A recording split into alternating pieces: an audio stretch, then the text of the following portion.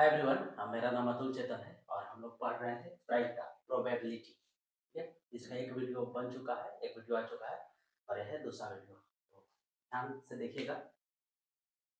हम पिछला क्लास में पढ़ा रहे थे कि जब आप एक डाइस को थ्रो करिएगा, when you throw a dice, मतलब जब आप एक पासा को फेंकिएगा तो इसमें संख्या क्या क्या आ सकता है? 1,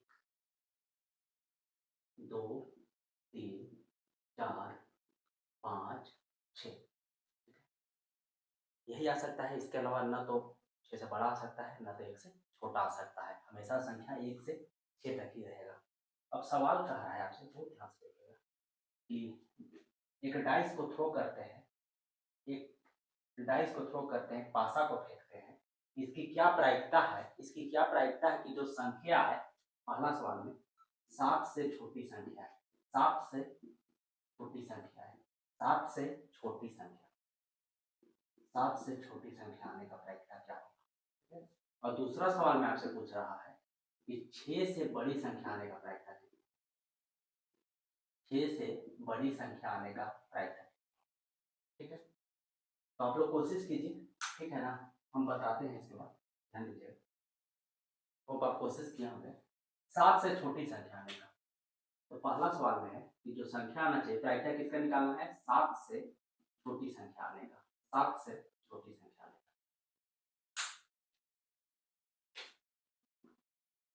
तो 7 से छोटी संख्या कौन कौन आ सकता है? ठीक है, अब ध्यान दीजिए, 7 से छोटी संख्या क्या क्या हो सकता है? क्या आ सकता है? देखो, जब आप एक लूडो के गड्डी को फेंकिएगा, जब एक पासा को फेंकिएगा, when you throw a dice, you have to get number less than 7। जो 7 से छोटा संख्या है वो कौन कौन हो सकता है? 6, 5 हो सकता है, 4 हो सकता है, ठीक है, 3 हो सकता है, 2 हो सकता है, 1 हो सकता है। ठीक, तो 7 से छोटा नंबर, 7 से छोटा संख्या कौन कौन हो सकता है? 6, 5, 4, 3, 2, 1। और आपको मालूम है कि जो प्रायिकता है उसके नीचे में बट्टा में कुल परिणाम लिखा जाता है, कुल संभव परिणामों का संख्या। तो जब आप एक पासा को फेंकिएगा तो कुल संभव परिणामों का संख्या कितना होगा? कुल संभव परिणामों का संख्या कितना होगा? ध्यान दीजिए, 6 होगा। यही ना कि जब आप एक पासा को फेंकते हैं तो कौन कौन संख्या आ सकता है? 1, 2, 3, 4, 5, 6, 6। और एक कह रहा है कि 7 से छोटी संख्या आने का प्रयत्न, तो 7 से छोटी कौन कौन संख्या आ सकता है? 1, 2, 3, 4, 5, 6, 6 बटा 6, 6 बटा 6 कितना होता है? 1। 6 बटा 6 कितना होता है? 1। उसके बाद देखिएगा, अगला सवाल है जो प्रायिकता निकालने के लिए कह रहा है 6 से बड़ी संख्या का प्रायिकता कर रहा है, 6 से बड़ी संख्या आने का। तो 6 से बड़ी संख्या कौन कौन आ सकता है? वो ध्यान से देखिए, ठीक है ना? 6 से बड़ी संख्या कौन कौन आ सकता है? अच्छा, आप पासा को फेंकिएगा, कोई ऐसा संख्या आ सकता है जो 6 से बड़ी हो? सोचिए, पासा में या तो 1 आएगा, या तो 2 आएगा, या तो 3 आएगा, या तो 4 आएगा, या तो 5 आएगा, या तो 6 आएगा। कभी भी 6 से बड़ा संख्या आ सकता है? नहीं आ सकता है। तो 6 से बड़ा संख्या आ सकता है, एक भी संख्या ऐसा नहीं आएगा। 7 आ सकता है? नहीं आ सकता है। 8 आ सकता है? नहीं आ सकता है। सबसे बड़ा संख्या क्या होगा? 6। लेकिन कह रहे हैं कि 6 से बड़ा संख्या, तो 6 से बड़ा संख्या एक भी आ सकता है? नहीं आ सकता है। बटा में तो कुल परिणाम होगा 6, लेकिन 6 से बड़ा एक भी संख्या आ सकता है? नहीं आ सकता है। तो 6 से बड़ा संख्या कितना होगा? 0। 0 बटा 6 कितना होता है? अब आप बहुत ध्यान से देखिएगा, यहाँ से 10th बोर्ड में 1 मार्क्स का सवाल पूछा जाता है, ठीक है ना? आप इसको बहुत गौर कीजिएगा। पहला सवाल था कि 7 से छोटी संख्या आने का प्रायिकता। तो 7 से छोटी संख्या कौन कौन आ सकता था? 6, 5, 4, 3, 2, 6 बटा 6, 1 हुआ। 6 से बड़ी संख्या एक भी नहीं आ सकता था, इसका प्रायिकता 0 आया। अच्छा, जब भी आप पासा को चलिएगा, हमेशा जो भी संख्या आएगा वो 7 से छोटी रहेगा ना। है, अगर 1 आए 7 से छोटा, 2 आए 7 से छोटा, 3 आए 7 से छोटा, कुछ भी आए 4, 5, 6 कुछ भी आए, वो 7 से छोटा ही होगा। ठीक, तो 7 से छोटा आने का, 7 से छोटा संख्या आना चाहिए, ये हमेशा सत्य है। क्यों? क्योंकि जब भी आप पासा को फेंकिएगा, जो संख्या आएगा वो हमेशा 7 से छोटा आएगा। संख्या हमेशा 7 से छोटा आएगा, जो भी संख्या आएगा वो हमेशा 7 से छोटा आएगा। तो this is true for all value, ये सत्य है हमेशा के लिए, ठीक है ना? हर वैल्यू के लिए, हर मान के लिए सत्य है। हमेशा जो संख्या आएगा वो 7 से छोटा आएगा ना, आएगा ना, तो ये हमेशा के लिए सत्य है, ठीक है ना? और इस तरह की घटना जो हमेशा के लिए सत्य है, ठीक है ना, इसको श्योर इवेंट कहते हैं। क्या कहते हैं? Sure event. ठीक है, या इसी को कहते हैं सर्टेन इवेंट। क्या कहते हैं? सर्टेन इवेंट, या इसी को कहते हैं निश्चित घटना। क्या कहते हैं? निश्चित घटना। ठीक है ना, क्योंकि जब आप पासा को फेंकिएगा तो उसमें कोई भी संख्या आएगा वो 7 से छोटा ही आएगा, 7 से छोटा ही आएगा। तो ये निश्चित घटना है, और निश्चित घटना का प्रायिकता हमेशा एक होता है। निश्चित घटना का प्रायिकता हमेशा एक होता है। हम आपको याद भी करवा सकते हैं, याद नहीं करना है, सब कुछ समझ। निश्चित घटना का प्रायिकता हमेशा एक हो सकता है, क्योंकि जो संख्या आएगा वो हमेशा 7 से छोटा आएगा। निश्चित घटना सर्टेन इवेंट का प्रोबेबिलिटी ऑलवेज 1 होता है। श्योर इवेंट का प्रोबेबिलिटी ऑलवेज 1 होता है। सर्टेन इवेंट का प्रोबेबिलिटी 1 होता है। निश्चित घटना का प्रायिकता 1 होता है। तो आप याद रहेगा ना, निश्चित घटना का प्रायिकता हमेशा 1 होता है। अब देखिएगा, एक पासा को फेंके हैं, क्या कोई ऐसा संख्या आ सकता है जो 6 से बड़ा आ सकता है? सोचिए, नहीं आ सकता। तो इसका प्रोबेबिलिटी प्रायिकता कितना आया था? 0। ठीक है ना, कभी भी आप कहीं भी आप चलिए, कितना भी आप बलवान रहे, आप कोई भी रहे, आप 6 से बड़ा संख्या नहीं बुला सकते, क्योंकि पासा में संख्या 1 से 6 तक ही होता है। 6 से बड़ा संख्या आप नहीं बुला सकते। तो इसका प्रायिकता क्या है? 0। ये असंभव है, आप 6 से बड़ा संख्या बुला ही नहीं सकते हैं, 6 से बड़ा संख्या आ ही नहीं सकता है। तो 6 से बड़ा संख्या आने का प्रायिकता प्रोबेबिलिटी कितना है? 0। और इस तरह के घटना को कहते हैं असंभव घटना। कौन सा घटना कहते हैं? असंभव घटना। असंभव घटना, असंभव घटना। और याद रखिएगा कि जो असंभव घटना होता है, इसको इंग्लिश में कहते हैं इम्पॉसिबल इवेंट। Impossible event. असंभव घटना का जो प्रायिकता होता है वो हमेशा एक, असंभव घटना का जो प्रायिकता होता है वो हमेशा 0 होता है। असंभव घटना का प्रायिकता हमेशा क्या होता है? 0। मतलब इम्पॉसिबल इवेंट का जो प्रोबेबिलिटी है वो ऑलवेज कितना होता है? 0। हमेशा कितना होता है? 0। 6 से बड़ी संख्या आ सकता है? नहीं ना। तो ये असंभव घटना है, हो ही नहीं सकता है।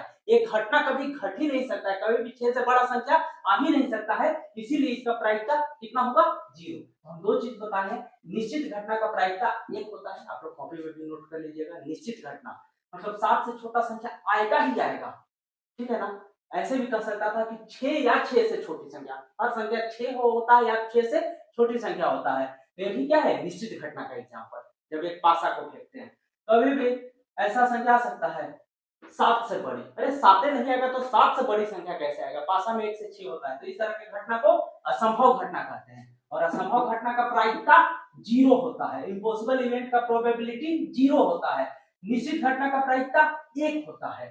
श्योर इवेंट या सर्टेन इवेंट का प्रोबेबिलिटी 1 होता है। तो आपको ये समझ में आया होगा, दो टॉपिक था, इंपॉर्टेंट था।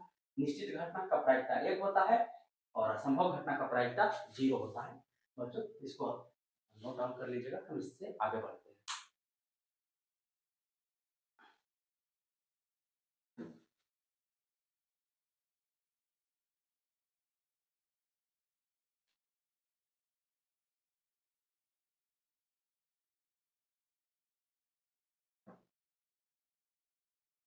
ध्यान दीजिएगा, मान लीजिए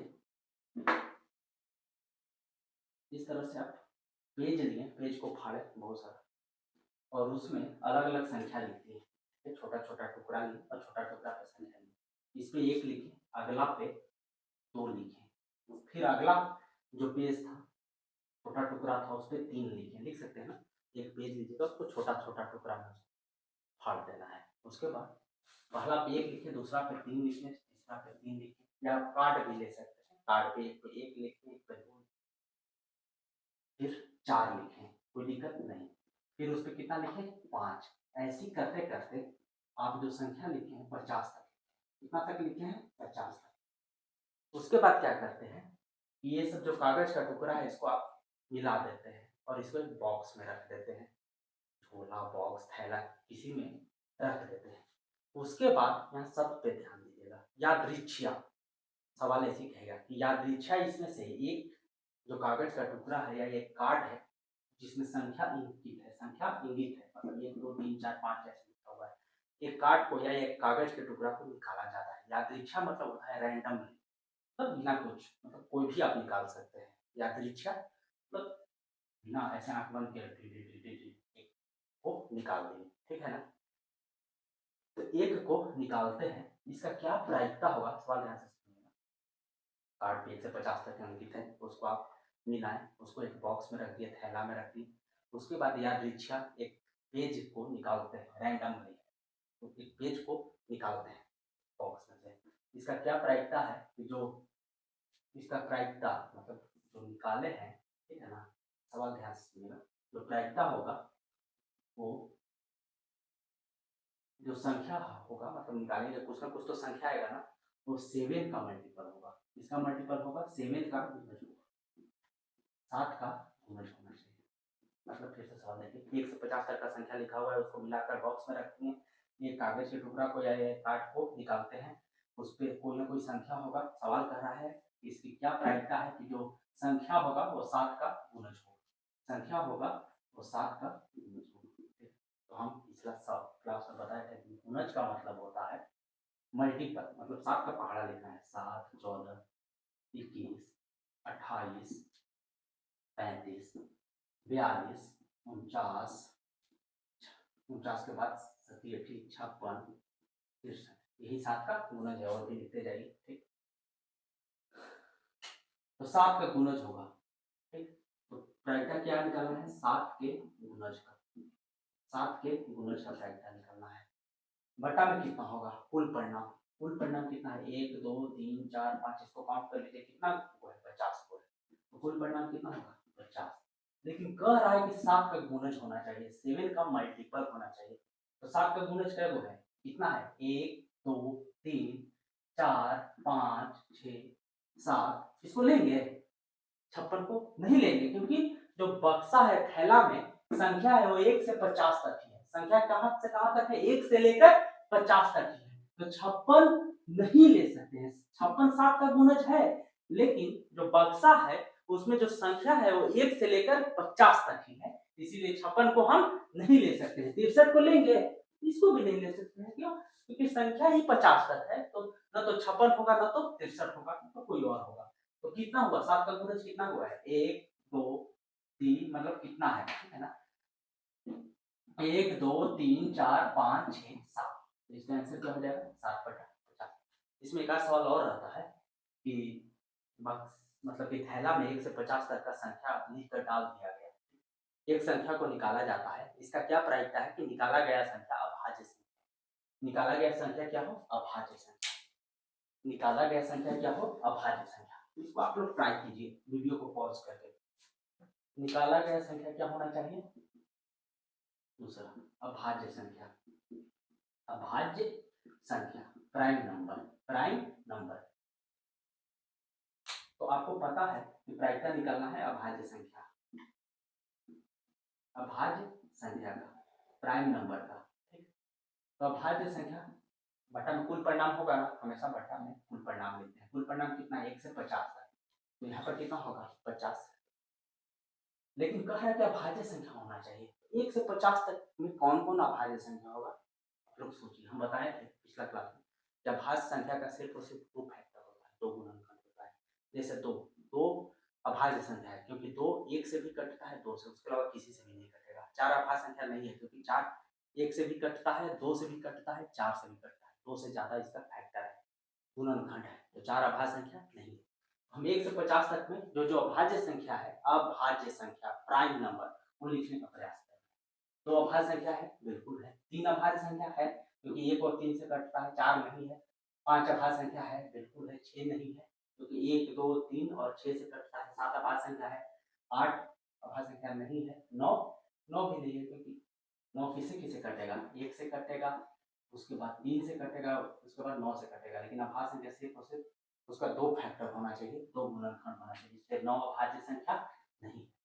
2 3 5 7 9 8 तो नहीं होगा, 9 नहीं होगा, 10 नहीं होगा, 11 अभाज्य संख्या होगा। फिर 13 अभाज्य संख्या होगा, उसके बाद 14 15 16 तो नहीं होगा, 17 अभाज्य संख्या होगा, 18 अभाज्य संख्या नहीं होगा, उसके बाद 19 अभाज्य संख्या होगा, 20 नहीं होगा, 21 नहीं होगा, 22 नहीं होगा, 23 होगा, 24 नहीं होगा, क्योंकि 24 बहुत सारे नंबर से कट जाता है। 25 नहीं होगा, 5 से कट जाता है, 1, 25 और 5।